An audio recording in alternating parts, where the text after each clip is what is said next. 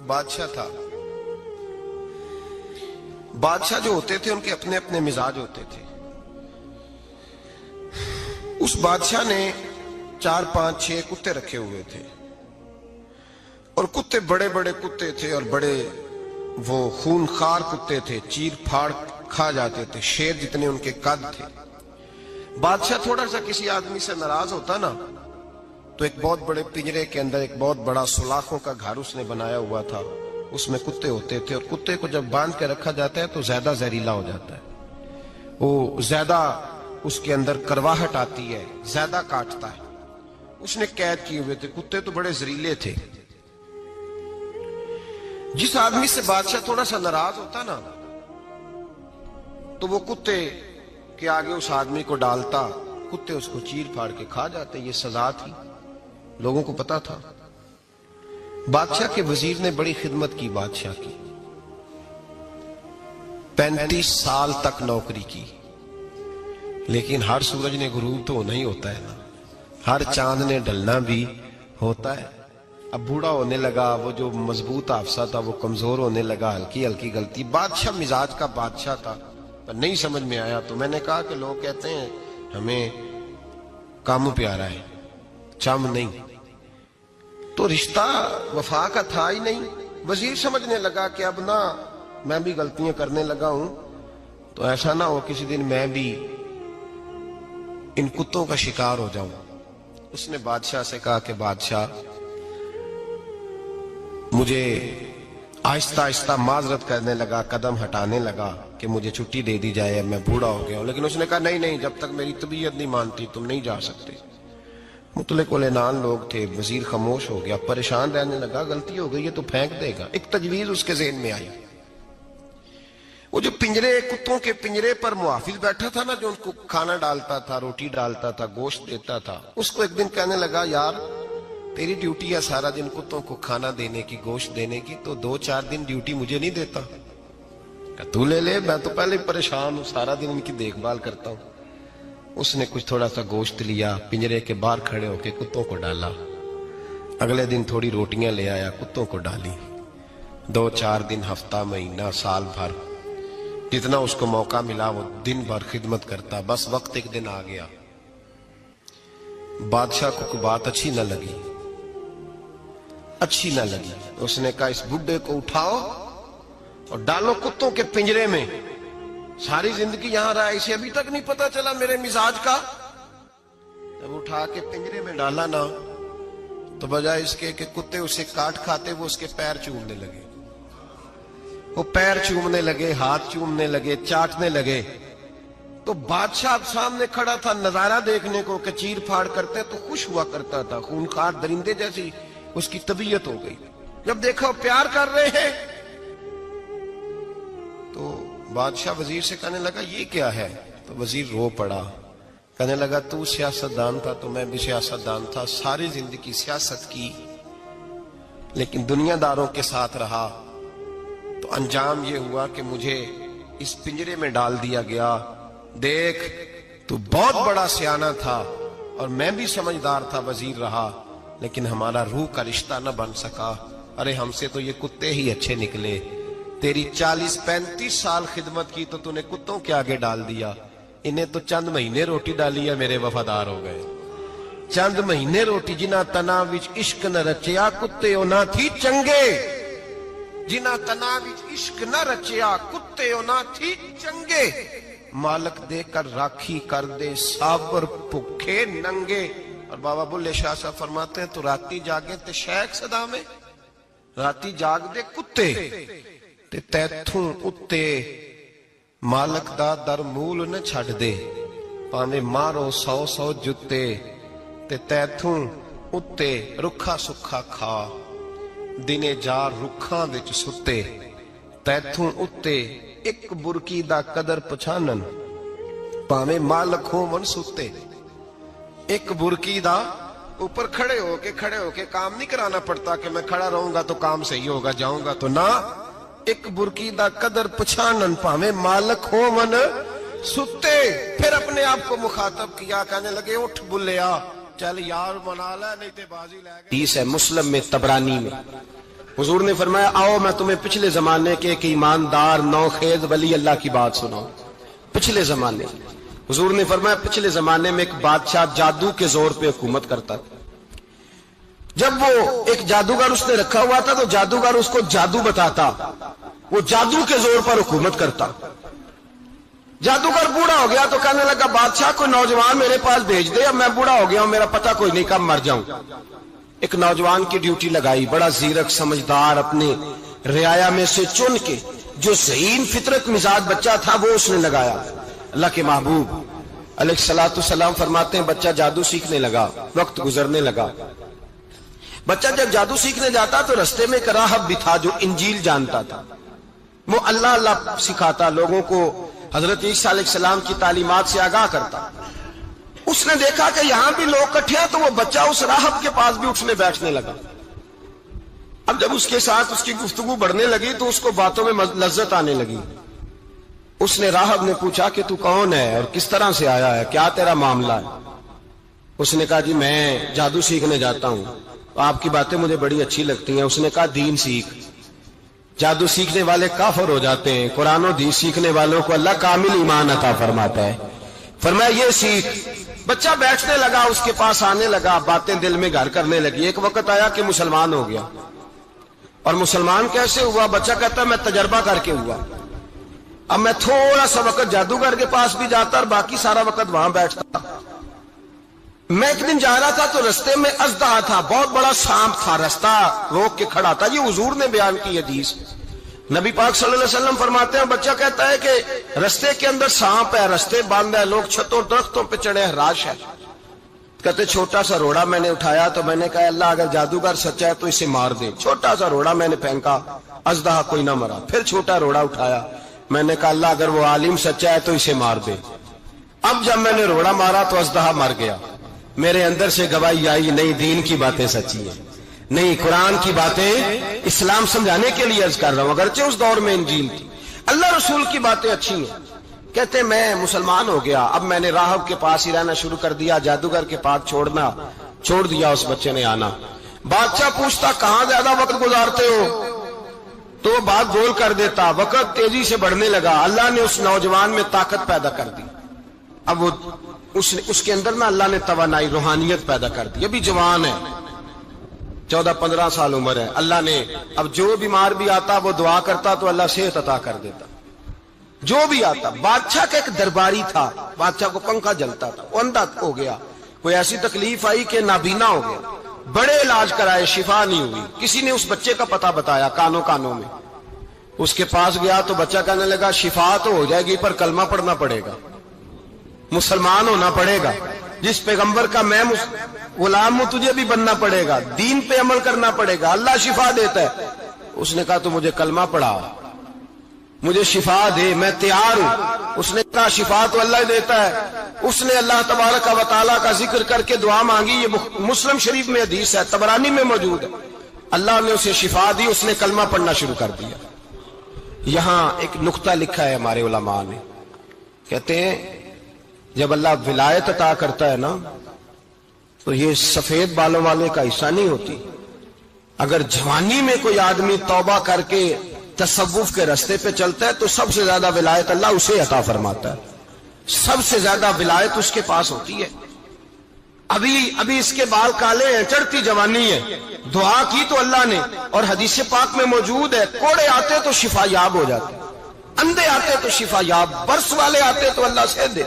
جوان ہے. بادشاہ کے پاس وہ واپس گیا, وہ جو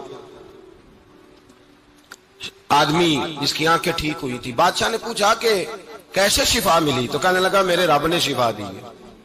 بادشاہ سجدے کراتا تھا, اپنے آپ کو منواتا تھا, معاذ اللہ. کہنے لگا میرے علاوہ کون رب ہے؟ اس نے کہا وہی رب ہے جس نے تجھے پیدا کیا ہے, اور وہی رب ہے جس نے مجھے اندھے کو آنکھیں دی ہیں, وہی ہے میرا مالک. کہا اچھا تو مجھے نہیں مانتا؟ کہا نہیں میں اپنے رب کو مانتا ہوں. بادشاہ نے اسے سزا دی, ستایا. اس نے بچے کا پتہ بتایا, پھر بچے کو بلا کے ستایا تو اس راہب کا پتہ بتایا. راہب بھی قتل ہو گیا, نابینا بھی قتل ہو گیا. بادشاہ نے کہا سپاہیوں سے اس بچے کو لے جاؤ اور پہاڑ کی چوٹی پہ جا کے نیچے پھینکو تاکہ مر جائے. بچہ پہاڑ کی چوٹی پہ گیا تو ہاتھ اٹھا کے کہنے لگا یا اللہ میرے لیے نہیں اپنے لیے,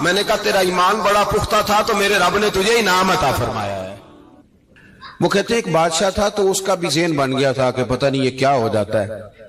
کچھ یہ لوگ نا ہمارا وہم بڑھاتے ہیں، آج کل جو تویز دھاگے والے لوگ ہیں نا، یہ اور اضافہ کرتے ہیں اس کے اندر، اور کہانیاں بنا کے دیتے ہیں، لوگ اور زیادہ الجھ جاتے ہیں۔ بادشاہ تھا تو وہ شکار کرنے جاتا تھا تو اس کے ذہن میں یہ خیال تھا کہ اگر رستے میں کوئی بندہ میرے متھے لگ جائے تو میرا شکار ٹھیک نہیں ہوتا۔ تو وہ کیا کرتا، وہ جب سفر کے لیے نکلتا تو لوگوں سے کہتا سارے رستے خالی کرا دو، میں نے شکار کے لیے جانا ہے۔ لوگ رستے خالی کرا دیتے۔ ایک دن ایک آدمی بیچارہ نے ایک آنکھ سے اسے نظر نہیں آتا تھا، وہ کوئی جنگل سے لکڑیاں کاٹ کے آ رہا تھا تو اچانک وہ چڑھ گیا۔ اذانیں زیادہ ہوتی ہوں تو ایک کا جواب دینا ضروری ہوتا ہے، وہ ہم دے چکے ہیں، اس لیے آپ توجہ کریں میری بات۔ تو وہ بیچارہ چڑھ گیا لکڑ ہارا سڑک پہ، اس کے سپاہیوں نے بندے تو بڑے ہٹائے تھے پر یہ غلطی سے آ گیا، انہوں نے پکڑ لیا، بادشاہ کے سامنے پیش کیا۔ بادشاہ کہنے لگا تمہیں نہیں پتا کہ میرے رستے میں کوئی آئے تو میرا شکار نہیں ٹھیک ہوتا، اس کو باندھ دو۔ دھوپ بڑی سخت تھی، درخت کے ساتھ باندھ دیا، کہا جا رہا ہوں واپس آتا ہوں، اگر شکار ٹھیک ہو گیا تو چھوڑ دوں گا ورنہ اسے قتل کر دوں گا۔ دو بندے اس کے سرانے کھڑے کر دیے تلوار لے کر کے۔ اب وہ بیچارہ صبح سے بندہ ہے، بادشاہ چلا گیا۔ اتفاق کی بات یہ کہ آج شکار پہلے سے بھی اچھا ہوا، خوب ہوا، بادشاہ واپس آیا۔ اب یہ دھوپ میں بندہ ہے، کسی نے پانی بھی نہیں پوچھا، تنگ آمد بجنگ آمد، بندہ جب پورا تنگ آئے تو پھر جنگ بھی بڑی کرتا ہے۔ اس نے کہا یار آج مرنا تو ہے، اب مرنا سچ بول کے۔ بادشاہ نے کہا اسے کھول دو، آج میرا شکار بڑا اچھا ہوا ہے، لہذا اسے کچھ نہیں کہنا، کھول دو۔ رسیاں کھول دی تو پتہ کا شخص کہتا ہے بادشاہ ایک بات کر لوں میں بھی، مار تو جانا ہی ہے پر ایک بات کر لوں۔ کہنے لگا کرو۔ کہنے لگا تم نے صبح میرا منہ دیکھا تھا، تمہارا شکار بڑا اچھا ہوا ہے، دن بڑا اچھا گزرا ہے، پر میں نے آج سویرے تمہارا منہ دیکھ لیا تھا، تو دیکھو میرا بیچارے کا کیا حال ہوا ہے کہ صبح سے یہاں۔ اب تم بتاؤ منحوس میں ہوں کہ تم ہو، نحوست میرے اندر کہ تمہارے اندر؟ میں اگر کوئی جوان آدمی میرے ساتھ آ کے یہ بات کرتا ہے نا کہ میری فلان ہو گیا تو میں بڑا، تو مجھے اس پہ غصہ آتا ہے۔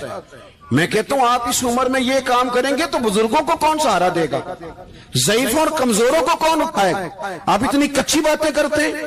اور یہاں پیروں نے بھی عجیب تماشا گھڑا ہوا ہے، سویرے 9 بجے بیٹھ جاتے ہیں تعویذ لکھنے۔ آپ قرآن شریف کا درس کب دیں گے؟ آپ حدیث پاک کب پڑھائیں گے؟ آپ ان کو اصول فقہ کب بتائیں گے؟ پیر صرف دین کا نمائندہ ہوتا ہے جس نے رب رسول کا دین پڑھنا ہے اور آگے پڑھانا ہے، جس نے لوگوں کو وہاں سے دین سیکھ کے آگے سکھانا ہے۔ باقی کیا معنی ہے چیزوں کا؟ اس نے صرف آسان کر کے جو ہمارے صوفیاء نے دیا آگے بات پہنچانی۔ دین سیکھنے سکھانے کا نام پیری مریدی ہے، اس کا کوئی اور معنی ہے ہی نہیں سرے سے۔ کہاں سے آ گئی یہ ساری چیزیں؟ حدیث سنیے، بخاری میں موجود ہے، مسلم میں موجود ہے۔ حضرت ابو ہریرہ رضی اللہ تعالیٰ عنہ فرماتے ہیں نبی پاک علیہ السلام کے صاحبزادے کا وصال حضور کی گود میں ہو گیا، گود میں وصال کر گئے صاحبزادے۔ حضور کو بڑی تکلیف ہوئی، آنکھوں سے آنسو آئے، سرکار روئے۔ صحابہ نے عرض کی حضور آپ بھی آنسو بہاتے ہیں؟ فرماتے ہیں میرا بیٹا گیا ہے، یہ آنسو محبت کی علامت ہیں، ورنہ میرے دل اور زبان پہ وہی ہے جس سے میرا رب راضی ہوتا ہے۔ اتفاق کی بات دیکھیے، اتفاق کی کہ اسی دن جس دن سرکار کے صاحبزادے کا وصال ہوا اسی دن سورج کو گرہن بھی ہو گیا۔ اب جوڑنے والے باتیں جوڑ دیتے ہیں نا، کچھ لوگوں نے بات جوڑ دی، کہنے لگے دیکھا حضور کے صاحبزادے کا وصال ہوا ہے تو سورج کو بھی گرہن ہو گیا، سورج کو بھی گرہن ہو گیا۔ اور میرے دوستو سنو، یہ عقیدوں کی مضبوطی کتنا ضروری کام ہے، اپنے آپ کو فکری طور پر مضبوط رکھنا کتنا ضروری ہے۔ احمد مختار نبی پاک صلی اللہ تعالی علیہ وسلم نے اسی دن لوگوں کو مسجد میں جمع فرمایا، اسی وقت۔ صحابہ کہتے ہیں ہم بڑے پریشان تھے کہ حضور تو غمزدہ ہیں، نہ کوئی جہاد کی بات ہوگی نہ اور کوئی ہوگی، تو اس وقت کیوں طلب کیا؟ سب کو مسجد میں بلایا اور بلا کے میرے نبی پاک علیہ السلام نے خطبہ دیا۔ اللہ کرے آپ کو سمجھ آئے۔ یعنی اس دن جس دن صاحبزادے کا وصال ہوا، غم کی گھڑیاں ہیں، حضور نے سب کو مسجد میں بلا کے، میں بخاری مسلم پڑھ رہا ہوں، حضور نے فرمایا لوگو سورج اور گرہن کا لگنا اللہ کی نشانیوں میں سے نشانی ہے، سورج چاند کو گرہن لگنا اللہ کی نشانیوں میں سے نشانی ہے، جب یہ لگے استغفار پڑھا کرو، نماز پڑھا کرو، اللہ کے حضور حاضر ہوا کرو۔ فرمایا کسی شخص کے دنیا سے جانے کا اس کے ساتھ کوئی تعلق نہیں، اپنے عقیدے کو مضبوط رکھو، اپنے معاملات پر غور رکھو، کبھی بھی کوئی کچی بات نہ کرے، کوئی کمزور بات نہ کرے کسی موقع پر۔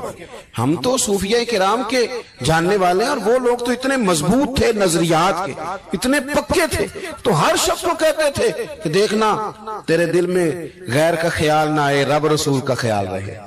یہ اللہ والوں کا جو خیال ہوتا ہے، یہ چونکہ اللہ والے ہیں تو اس کو ہم غیر کا خیال کہتے ہی نہیں۔ ایک بات آخر میں اور آپ کی خدمت میں عرض کرنی ہے، اس پر بھی آپ ضرور توجہ دیں گے۔ تھوڑا سا نا حضور کی سیرت میں ایک تیسری بات جو بڑی ضروری آپ سے عرض کرنی، اس پر آپ غور کریں گے۔ دوسروں کے جذبات کا، احساسات کا خیال رکھنا میرے محبوب پاک علیہ الصلوۃ والسلام کی سیرت کا خوبصورت جزء ہے، خوبصورت، یعنی دوسروں کے جذبات کا خیال رکھنا۔ آپ دیکھیں، آپ کو نا اس مضمون کی درجنوں حدیثیں ملیں گی بخاری مسلم میں، کتب احادیث میں درجنوں۔ حضور فرماتے ہیں میرا دل چاہتا ہے کہ لمبی نماز پڑھاؤں۔ نماز کس کی؟ اللہ کی۔ دل چاہتا ہے کہ نماز لمبی پڑھاؤں، لیکن حضور فرماتے ہیں پھر مجھے پیچھے بچوں کا خیال آتا ہے، بیماروں کا خیال آتا ہے۔ حضور نماز رب کی، خیال بندوں کا۔ نماز میں حضور فرماتے ہیں کہ میں نا اس لیے لمبی نہیں کرتا کہ لوگوں کو تکلیف نہ ہو۔ حضور فرماتے ہیں میرا دل چاہتا تھا کہ تہجد کی نماز تم پر ضروری قرار دے دوں، پر تمہیں تکلیف ہوگی، لہٰذا میں یہ کام نہیں کرتا، میں اپنی چاہت نہیں دیکھ رہا، تمہاری نیند دیکھ رہا ہوں۔ حضور فرماتے دل کرتا تھا مسواک کو وضو کے ساتھ ضروری قرار دے دوں، پر تمہیں تکلیف ہوگی، لہٰذا میں یہ کام۔ آپ میری بات سمجھ رہے ہیں بھائی؟ اتنا احساس۔ مسلم شریف میں حدیث ہے، سرور کائنات صلی اللہ تعالی علیہ وسلم کی خدمت میں عرض کیا گیا حضور یہ امام ہے، یہ لمبی نماز پڑھاتے ہیں۔ اب ظاہر ہے وہ قرآن شریف ہی پڑھتے ہوں گے، اچھے جذبات کے ساتھ کرتے ہوں گے، لیکن حضور نے بڑے ان کو تنبیہ فرمائی اور فرمایا میں لوگوں کو دین کے قریب کرتا ہوں تو دور کرتا ہے، کہ لوگوں کو نماز پڑھائے تو اعتدال کے ساتھ پڑھا، درمیانے طریقے، خود پڑھ تو جتنی مرضی پڑھ، تھوڑا سا نا جذبات کا خیال کریں۔ یہ کیا بات ہوئی؟ بابے نے کہہ دیا تینوں کسی نے کچھ کیتا ہے، میں کہو بابے نے بھی کسی کچھ کیتا ہے، تائیں جدیاں گلاں کرتا ہے بیوقوف والیاں، اس کو سمجھاؤ اس طرح کی حرکتیں نہیں کرنی چاہیے، بندہ بیچارہ بدگمان ہو جائے گا، ہر دشمن کے بارے میں بدگمانی کرے گا، کبھی کہے گا چاچی نے تعویذ کر دی ہے، کبھی کہے گا وہ میری بھابھی نے تعویذ کر دی۔ کیوں آپ لوگوں کے دلوں میں بغض پیدا کراتے ہیں؟ اللہ کا خوف نہیں آتا کیا؟ کس طرح کا مذاق بنایا ہوا، اور قوم اس کو سمجھ ہی نہیں آتی۔ وہ تجھے جو کچھ بھی ہو جائے، کالا جادو ہو جائے یا نیلا ہو جائے، میرے اور تیرے رسول نے فرمایا ہے تم گھر میں سورۃ بقرہ پڑھو، تمہارے گھر سے جن بھی بھاگ جائے گا اور شیطان بھی بھاگ جائے گا۔ اسوہ حسنہ ہمیں یہ سبق دیتا ہے کہ اپنا ٹائم اپنی ذمہ داریوں پہ خرچ کریں، ادھر ادھر ٹائم نہ ضائع کریں۔ ہمارا ٹائم دوسروں کی ذمہ داریوں کا پتہ کرنے میں خرچ ہوتا ہے، یعنی جہاں بھی لوگ بیٹھیں گے کہیں گے فلانا کچھ بھی نہیں پہ کرتا، فلانا پیر دیکھو نا کڈا تگڑا ہے، کوئی کام نہیں کرتا، فلاں آدمی دیکھو کتنا مالدار ہے، تو یہ تو آپ کا ذمہ ہی نہیں۔ اس نے جو اپنی ذمہ داریوں کا حساب دینا ہے وہ اس نے اللہ کو دینا ہے۔ میری بات کی سمجھ آ رہی ہے؟ دیکھیں نبی پاک علیہ السلام نے دیوس کو پسند نہیں کیا، یعنی اس کے گھر میں بے حیائی ہو رہی ہے اور کہ میں شریف آدمی ہوں، کسی کو کچھ کہہ ہی نہیں رکھتا، یہ دیوس ہے، بے غیرت ہے، کہ گھر کے اندر بے حیائی ہو رہی ہے اور کہتا جی میں شریف ہوں۔ یہ شرافت نہیں ہے۔ شریعت اسلامیہ غیرت مندی کا سبق بھی پڑھاتی ہے۔ تو میرے نبی پاک علیہ الصلوۃ والسلام نے تصوف کا، طریقت کا، عبادت کا، معرفت کا یہ والا ذوق بھی دیا اور پورا دیا، اور اسے بھی چھوڑا نہ کریں۔ آپ یقین کریں جتنا مزہ سجدے کا ہے، کمال ہو گئی، جتنا مزہ۔ ایک نا دوست میرے پاس آئے تو بڑے پریشان تھے، اور ان کی چہرہ بتاتا تھا کہ بڑا رو رو کے آئے ہیں۔ پھر آ کے انہوں نے مجھ سے شکایت کی کہ اس طرح فلانے نے کہا ہے، یہ والی تکلیف دی ہے۔ تو حضرت صاحب کیا کریں، لوگ بلا وجہ الزام لگاتے ہیں۔ میں نے آخیا سچ دس کرما لیا، جنہ سواد اج سجدے دا آیا ہی پہلا بھی کدی آیا سی؟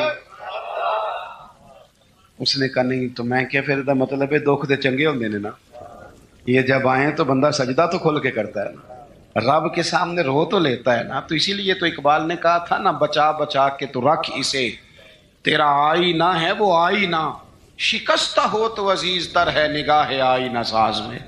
ٹوٹے ہوئے دل تو بڑے کمال ہوتے ہیں، ٹوٹے ہوئے دل تو بڑے کمال ہوتے ہیں۔ محبت کے لیے دل ڈھونڈ کوئی ٹوٹنے والا، محبت کے لیے دل ڈھونڈ کوئی ٹوٹنے والا، یہ وہ شے ہے جسے رکھتے ہیں نازک آبگینوں میں۔ میرے عزیز، نبی پاک صلی اللہ علیہ وسلم نے وہ والا سبق بھی دیا، اور ساتھ حضور نے مضبوط اعصاب۔ یہ ہمارے بچے نوجوان ڈرے ڈرے سے، پریشان سے، پتہ نہیں کیا ہونے لگا ہے، غریبی آ گئی، کام نہیں ملتا، حالات خراب ہیں، گھروں میں عورتیں روتی پریشان ہوتی، پھر ان کو وہ بابے بھی مل جاتے ہیں جنہوں نے اور کوئی کام نہیں۔ جمعرات والے دن سویرے 9 تو 11 تویز لکھنا ہے، تو پھر عصر تو مغرب تویز لکھنا ہے، تو پھر اتوار والے دن نویں سرے تو بس کر دی یار، کوئی کسی بات کی حد بھی ہوتی ہے۔ مجھے تو نہیں ملا کہ حضرت غوث پاک کس دن تعویذ دیتے تھے۔ تعویذ جائز ہے، پر کون سا ٹائم رکھا ہوا تھا حضرت غوث اعظم نے؟ بتائیں تعویذ دینے کا کوئی بتائے۔ حضرت بہاؤالحق نقشبند بخاری کس تاریخ کو تعویذ لکھتے تھے؟ خواجہ اجمیر کی کون سی تاریخ تھی تعویذوں کی؟ وہ تعویذ نہیں دیتے تھے، وہ جو آتا تھا اسے رسول اللہ کا دین دیا کرتے تھے، وہ قرآن و حدیث کے سبق پڑھایا کرتے تھے۔ واپس آؤ، اصل کی طرف سفر کرو۔ یہ کیا بات ہوئی؟ بابے نے کہہ دیا تینوں کسی نے کچھ کیتا ہے، میں کہو بابے نے بھی کسی کچھ کیتا ہے، تائیں جدیاں گلا کرتا ہے بیوقوف والیاں، اس کو سمجھاؤ اس طرح کی حرکتیں نہیں کرنی چاہیے، بندہ بیچارہ بدگمان ہو جائے گا، ہر دشمن کے بارے میں بدگمانی کرے گا، کبھی کہے گا چاچی نے تعویذ کر دی ہے، کبھی کہے گا وہ میری بھابھی نے تعویذ کر دی۔ کیوں آپ لوگوں کے دلوں میں بغض پیدا کراتے ہیں؟ اللہ کا خوف نہیں آتا کیا؟ کس طرح کا مذاق بنایا ہوا، اور قوم اس کو سمجھ ہی نہیں آتی۔ وہ تجھے جو کچھ بھی ہو جائے، کالا جادو ہو جائے یا نیلا ہو جائے، میرے اور تیرے رسول نے فرمایا ہے تم گھر میں سورت بقرہ پڑھو، تمہارے گھر سے جن بھی بھاگ جائے گا اور شیطان بھی بھاگ جائے گا۔ تو پڑھو نا جو نبی پاک نے تعویذ دیا ہے، اس سے آگے کو تعویذ ہو سکتا ہے؟ چھوڑ دیں ادھر ادھر بھاگنا، اور بڑا مسئلہ ہو تو سورہ فلق اور ناس پڑھ کے سویا کریں۔ یہ دم ہمارے نبی پاک نے بتایا ہے، تو ساڈے نبی دی زبان ساڈے واسطے قرآن۔ اس لیے یہ کچی پکی باتیں، بزدلوں والی باتیں، وہ سام سے ڈرنے والے بعد میں رسیوں سے بھی ڈرنا شروع ہو جاتے ہیں۔ ابھی تک یار، مطلب اب تو مجھے غصہ آتا ہے، اتنا بڑا قد کاٹ ہے، جوان ہے، دور سے آ گیا، کہتے ہیں پیر صاحب کئیاں بندیاں نے میری کتاب کٹی ہے، انہوں نے میں دسیا بھی تینوں کسے کچھ کیتا ہے۔ میں نے کہا یار پاس کر، مطلب اتنا تو جوان آدمی ہے، تیری تو بات سن کے غصہ آ رہا ہے، کیا تو بات کرتا ہے؟ اللہ سے ڈر، اٹھ باندھ کمر کیوں ڈرتا ہے، پھر دیکھ خدا کیا کرتا ہے۔ اپنے اندر ہمت پیدا کریں، سنیں۔ حضرت انس بن مالک رضی اللہ تعالیٰ عنہ فرماتے ہیں، یہ اسوہ رسول کانفرنس ہے نا، تو دیکھیں ہمارے صحابہ ہمارے سامنے حضور کا اسوہ، حضور کے صحابہ کیا بیان کرتے ہیں۔ حضرت انس بن مالک کہتے ہیں ایک رات مدینہ شریف میں کونے سے خوفناک آواز آئی، شدید آواز۔ اب لوگ جمع ہونے لگے کہ ادھر سے آواز آ رہی ہے، کسی نے نیزہ پکڑا ہے، کسی نے تلوار منگائی ہے، لوگ کٹھے ہو رہے ہیں۔ یہ کبھی آ جائے نا کونے سے آواز تو مسئلہ خاصا بن جاتا ہے۔ ہوں تو تسی چپ کر کے پہ سن دے ہو نا، لیکن رات کو نا اگر بلی بھی ہو نا چھت پہ اور وہ کچھ ہلکی ہلکی بجا رہی ہو، اندھیرا ہو گہرا، تو بندے سے موبائل نہیں نکالا جاتا تکیے کے نیچے، کہتا چپ کرو۔ لیکن تقریریں کرنا سننا آسان کا نا، وہ کہہ دیتے ہیں سن لیتے ہیں بات ختم ہو جاتی، لیکن اس کی گہرائی میں تو اترے نا حقیقت کیا ہے۔ یعنی خوفناک آواز آ رہی، اور صحابہ دلیر لوگ تھے، پر وہ نیزے جمع کر رہے تھے، تلواریں نکال رہے تھے کہ جا کے دیکھیں ادھر کیا ہے۔ حضرت انس بن مالک کہتے ہیں ہم ابھی پروگرام بنا رہے تھے اس طرف بڑھنے کا، تو ہم نے دیکھا اللہ کے رسول اس طرف سے واپس آ رہے تھے، ہاتھ میں نیزہ پکڑا ہے، گھوڑے پہ سوار ہیں، اور ابو فرمانے لگے سو جاؤ چپ کر کے، میں دیکھ آیا ہوں، جانور لڑ پڑے تھے، وہ آوازیں نکال رہے تھے، دیکھ آیا ہوں، سو جاؤ کچھ بھی نہیں۔ حضرت انس کہتے ہیں کمال ہو گئی، رسول پاک کا وہ انداز بہادری والا، دلیری والا، وہ ہماری طبیعتوں کو جوان کر جایا کرتا تھا. با ہمت رہیں، با ہمت. اور جوانوں یاد رکھو، قرآن پاک نے جو ترتیب بیان کی ہے وہ یہ نہیں ہے کہ آپ چپ کر کے بیٹھے رہیں گے اور مدد آپ کی طرف آ جائے گی. جو ترتیب ہے نا قرآن پاک کی وہ یہ ہے کہ ان الذین قالوا ربنا اللہ، بے شک وہ لوگ جنہوں نے کہا کہ اللہ ہمارا رب ہے، ثم استقاموا، پھر وہ ڈٹ گئے. پھر وہ بولیے، پہلے کہا اللہ ہمارا رب ہے، پھر وہ، یعنی یہ کہہ کہ پہلے وہ ڈٹے نا، جب تتنزل علیہم الملائکہ، پہلے وہ ڈٹے ہیں، پھر رب نے ان کی مدد کے لیے فرشتے نازل فرمائے. پہلے ڈٹنا ہے، مدد کو فرشتے آئیں گے، لیکن پہلے آپ ڈٹیں تو صحیح. لیکن آپ ڈٹ ہی نہیں رہے، آپ کہہ رہے ہیں مدد آئے گی. بھئی آپ تھوڑا کھڑے ہوں، تھوڑا سٹینڈ لیں. جب آپ ڈٹ جاتے ہیں پھر اللہ تعالیٰ مدد بھی فرما دیا کرتا ہے. درود شریف پڑھیں بآواز بلند. تو ایک تو نبی پاک علیہ السلام کی سیرت مبارکہ ہمیں عبادت کا، ریاضت کا سبق پڑھاتی ہے. دوسرا دلیری کے اسباب. اور تیسری بات، توجہ ہے میری بات پر، یہ مووی بن رہی ہے جی، 2-4 لوگ بنا رہے ہیں، اگر سارے ہی آپ موبائلوں پہ لگ جائیں گے تو پھر تقریر کس کو سنانی ہے. 2-1 باتیں بس اور عرض کرنی ہے، آپ میری بات پر غور فرمائیں. اور تیسری بات حضور کے اسوہ نور کی، جس کو خاص کر کے اپنے ذہن کے اندر رکھیں. نبی پاک علیہ الصلوۃ والسلام نے نا مختصر وقت میں انقلاب برپا کیا ہے.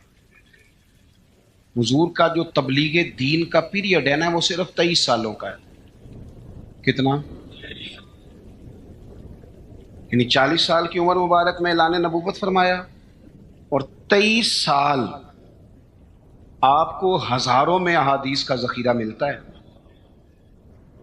نبی پاک علیہ الصلوۃ والسلام نے قافلے ترتیب دیے، مجاہدوں کی صفیں بنائیں. اس سارے عرصے میں حضور نے مسجد کی تعمیر فرمائی. رسول پاک نے اپنے صحابہ کرام علیہم رضوان کے دکھ اور سکھ میں شرکت فرمائی. حضور نے حج فرمایا، نبی پاک نے صدقات و خیرات کیے. اتنی ساری باہر مصروفیات، کافروں منافقوں کی سازشوں کے پردے کھول کر صحابہ کو بتایا کس طرح ان سے نمٹنا ہے. لیکن یہ سارا کہہ کہ حضور نے اپنے گھر والوں سے یہ نہیں کہا کہ میرے پاس ٹائم کوئی نہیں. یہ سارے کام بھی ہوتے رہے، اور حسن حسین حضور کے کندھوں پر سواریاں بھی فرماتے رہے. کھار میں بھی پورا ٹائم دیا رسول کریم، محبت فرمائی. یعنی اپنے اوقات کار کو اپنی ذمہ داریوں پہ لگایا. اسوہ حسنہ ہمیں یہ سبق دیتا ہے کہ اپنا ٹائم اپنی ذمہ داریوں پہ خرچ کریں، ادھر ادھر ٹائم نہ ضائع کریں. ہمارا ٹائم دوسروں کی ذمہ داریوں کا پتہ کرنے میں خرچ ہوتا ہے.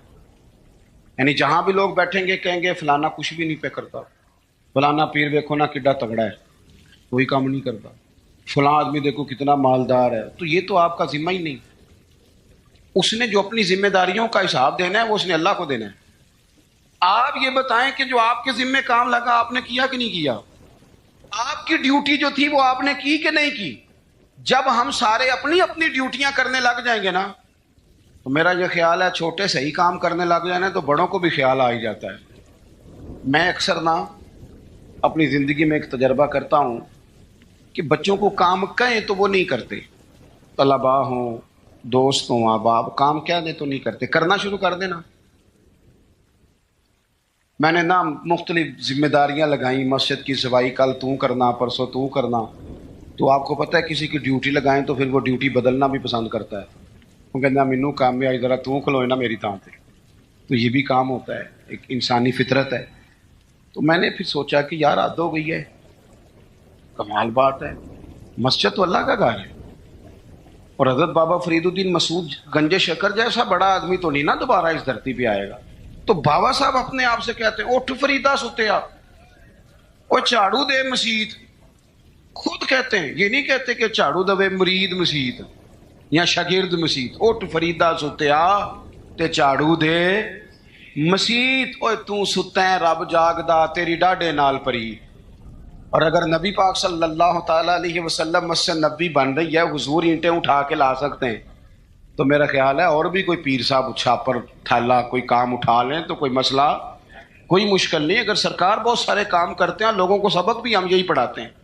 تو اگر شیخ بھی کبھی کبھی اپنا جوتا اٹھا لیں تو کوئی اتنا یہ مشکل مسئلہ کچھ مطلب ماحول اس طرح کا بنا دیا جاتا ہے کہ کام رہ ہی جاتے ہیں۔ میں یہ اکثر کرتا ہوں کہ میں اب کام نہیں کہتا، میں کہتا ہوں جھاڑو پکڑ لو نا مسجد میں شروع کرو، اور جب آپ پکڑ کے شروع کر لیتے ہیں تو پھر بڑے سارے آ جاتے ہیں، کہتے ہیں سانو دے دو، تو آپ شروع تو کریں نا، لیکن جب کام شروع کریں گے پھر کام ہو جائے۔ اپنی ذمہ داریوں کا احساس کریں، وقت نہ ضائع کریں، اور یہ حدیث یاد رکھیں کہ نبی پاک علیہ الصلوۃ والسلام نے فرمایا خوبصورت مسلمان وہ ہے جو بے مقصد باتوں کو چھوڑ دیتا ہے۔ مقصد کی بات کریں، مقصدیت کی، ضروری کام جو ہیں ان پر ڈیوٹی۔ اور چوتھی اور آخری بات آپ کی خدمت میں یہ عرض کرنی ہے کہ ہمارے یہاں نا بہت سارے لوگ سمجھتے ہیں کہ ظاہری لبادے کا نام سیرت ہے۔ یہ تو ایک جز ہے، داڑھی پگڑی جبہ امامہ بہت ضروری ہے، لیکن ایک جز ہے سنت کا، ایک حصہ ہے سنت کا۔ چونکہ اسوہ حسنہ ایک کاملیت ہے، اس کے بہت سارے حصے ہیں۔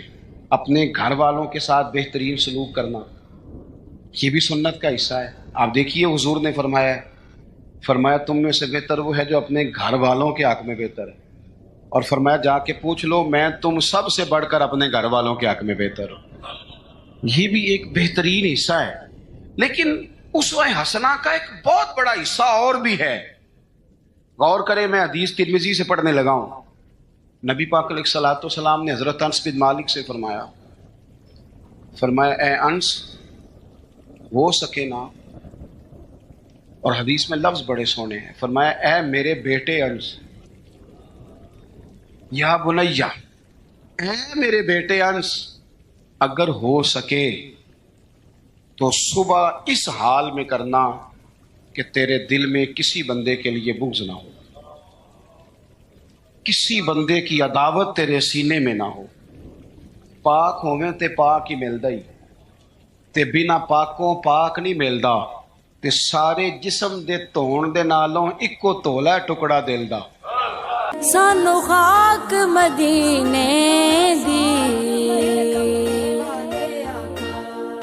سدلے مدینے مینو تیبہ دے آوالیا، سدلے مدینے مینو تیبہ دے آوالیا، سدلے مدینے مینو تیبہ دے آوالیا، سدلے مدینے مینو تیبہ دے آوالیا۔ میرے تے کرم ہووے کالی کملی والیا، میرے تے کرم ہووے کالی کملی والیا، سدلے مدینے مینو تیبہ دے آوالیا، سدلے مدینے مینو تیبہ دے آوالیا۔ شہر مدینے آ کے عرضاں سناواں میں، فرمایا انس اگر ہو سکے تو صبح اس حال میں کرنا کہ تمہارے دل میں کسی کا بغض نہ ہو، عداوت نہ ہو۔ اور اگلے لفظ پتہ کیا ہے حدیث کے؟ حضور فرمانے لگے یہ میری سنت ہے، دل صاف رکھنا یہ میرا اسوہ ہے، یہ میرا طریقہ ہے۔ ایک بہت بڑا حصہ دین کا دلوں کی صفائی ہے۔ یہ حضور نے فرمایا یہ میرا اسوہ ہے۔ دلوں میں نا بوجھ جب آتا ہے نا کسی کے لیے، میری طرف دیکھ رہے ہیں، آپ کے موبائل دیکھ رہے ہیں، صحیح ہو کے بیٹھے نا ایک دفعہ دوبارہ سے دیکھیں بھلا صحیح ہو کے کیسے بیٹھتے ہیں، جو نہیں صحیح بیٹھے۔ بات ختم کرنے لگا ہوں نا، آپ کی زیادہ توجہ چاہیے بھائی۔ جب آپ کے دل میں کسی کے بارے میں حسد آتا ہے یا بغض آتا ہے یا عداوت آتی ہے تو صرف اس کو نقصان نہیں ہوتا، سب سے زیادہ نقصان آپ کو خود ہوتا ہے، سب سے زیادہ خود ہوتا ہے۔ ہمارے صوفیاء نے ایک عنوان بیان کیا جسے شماتت کہتے ہیں، یعنی کسی کو تکلیف میں دیکھ کے خوش ہونا۔ یہ بہت بڑا بوجھ ہے۔ نبی پاک صلی اللہ علیہ وسلم نے فرمایا کسی کی تکلیف پر کبھی خوش نہ ہونا، ورنہ اللہ تعالیٰ اسے اس تکلیف سے نجات دے دے گا اور تمہیں اسی میں مبتلا کر دے گا۔ کیا کہا تھا میاں صاحب نے؟ دشمن مرے تو خوشی نہ کریے، اللہ کرے تو انہوں سمجھ آئے۔ اتنی سادی کر کے ہمارے بزرگ ہمیں بات سمجھاتے، کہتے ہیں دشمن مرے کیوں بلا، سجنا بھی تو مر جانا ہے، یہاں تو انہوں نے بچ جانا ہو تو پھر تو ٹھیک ہے، خوشی کس بات کی؟ دشمن مرے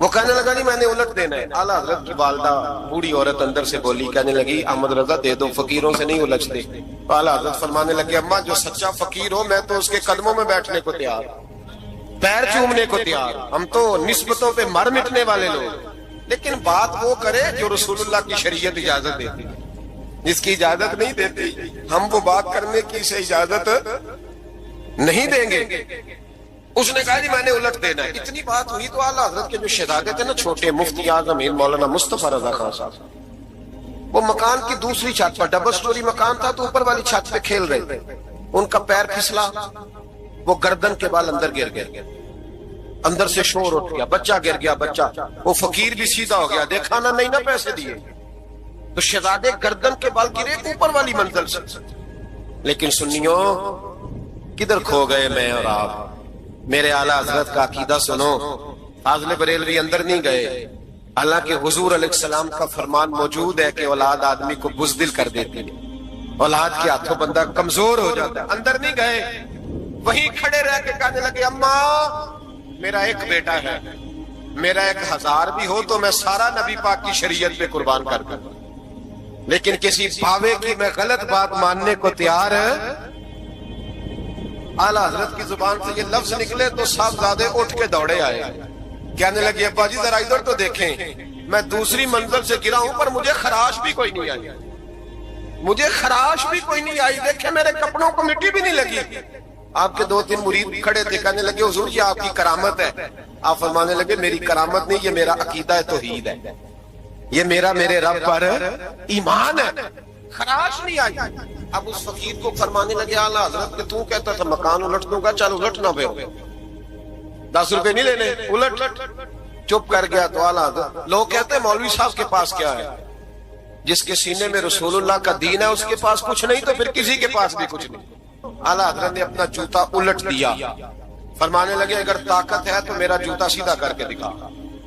وہ مکان الٹنے کی بات کرتا ہے نا, پنجابی کا ایک شعر ہے, آپ کی سمجھ میں آ گیا تو ٹھیک ہے, نہ آیا پھر بھی ٹھیک ہے. وہ ایک پنجابی کے درویش کہا کرتے تھے ایک سٹھ تے پکھڑا کوار گندل, اسی اور بھی بوٹیاں جانتے ہیں. پتہ ہے ہمیں سارے گروہ کا ہے, چلو کرامت نہ دکھائیں تو بات الگ ہے, پر خبر ہمیں ہے. فرمایا چلو سیدھا کرو. اس نے پورا زور لگایا پر جوتا سیدھا, پسینے آ گئے. تو کہنے لگا جی میں معافی مانگتا ہوں, آج کے بعد ایسی بات نہیں کروں گا. اعلیٰ حضرت ولی تھے تو ولی سخی ہوتا ہے, جیب سے ہاتھ نکالے, فرمایا تو 10 مانگتا تھا, اللہ 20 لے کے جا, لیکن غیر شرعی بات خدا را بس, جو ہمیں ہمارے بزرگوں نے نظریات دیے ان پر قائم رہو. اعلیٰ حضرت موجود تھے مدینہ شریف میں. اس زمانے میں نا نبی پاک کے گنبد کے سامنے کھجوروں کے 2 درخت ہوتے تھے, کھجوروں کے 2 درخت. شعراء سارے بیٹھے تھے تو شاعر جو ہوتا ہے نا وہ تشبیہ دیتا ہے بعض اوقات. وہ شاعر نے شعر کہا, کہنے لگا یوں ہے درخت حضرت والا کے سامنے. توجہ ہے میری بات پر, حضور کے گنبد کے سامنے کھجوروں کے 2 درخت ہیں. شاعر نے شعر لکھا یوں ہے درخت حضرت والا کے سامنے, مجنو کھڑا ہو خیمہ لیلا کے سامنے. اعلیٰ حضرت فرمانے لگے یہ شعر میرے نبی پاک کی شان کے لائق. فرمانے لگے تم نے حضور کے خیمے کو, نبی پاک کے گنبد کو لیلا کا خیمہ بنا دیا, یہ کیا بات ہے؟ تو لوگ مانتے بھی نہیں, نہ وہ بھی نہ مانے. کہنے لگے جی اعتراض کرنا آسان ہے, شعر کہنا مشکل ہے, آپ بتائیں شعر کیسے کہنا چاہیے. فرمایا لفظ وہ کہو جو حضور کی شان کے لائق ہے, جو شان کے لائق نہیں وہ لفظ نہ کہو. شعر کیا کہا, کہنے لگے یوں ہے درخت حضرت والا کے سامنے, مجنو کھڑا ہو خیمہ لیلا کے سامنے. اعلیٰ حضرت فرمانے لگے غلط ہے تشبیہ. کہا جی آپ بتا دیں. تو اعلیٰ حضرت فرمانے لگے سنو پھر, یوں ہے درخت حضرت والا کے سامنے, قدسی کھڑے ہیں عرش معلا کے سامنے.